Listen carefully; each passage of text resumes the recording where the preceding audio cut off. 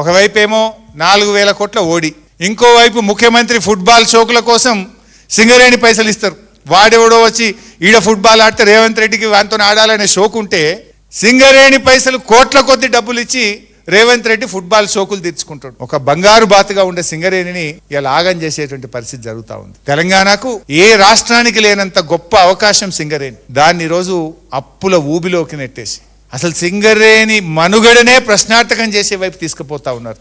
లేదా ఎటువైనట్టు బొగ్గు దాచుకుందానికి ముక్క కాదు కదా, ఇది బంగారం కాదు కదా. 40 లక్షల మెట్రిక్ టన్నుల బొగ్గు స్టాక్ ఉందంటున్నారు.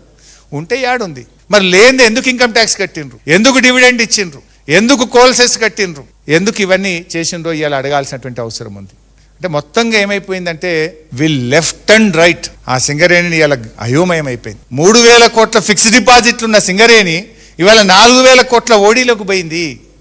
రాష్ట్ర ప్రభుత్వ ఓడి 3,200 కోట్లు, సింగరేణి ఓడి 4,000 కోట్లు. అంటే మొత్తం తెలంగాణ రాష్ట్రం ఓడి కంటే సింగరేణి ఓడి ఎక్కువ.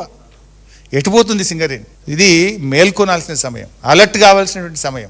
దీని విషయంలో కార్మికుల్లో చైతన్యం కల్పించాల్సిన అవసరం ఉంది. కార్మికులందరినీ ఒకతాటి మీద తేవాల్సినటువంటి అవసరం ఉంది. ఇది అందరం కలిసి, ఎందుకంటే మనం ఈ రాష్ట్రం కోసం పోరాడిన వాళ్ళం, తెలంగాణ సాధించిన వాళ్ళం.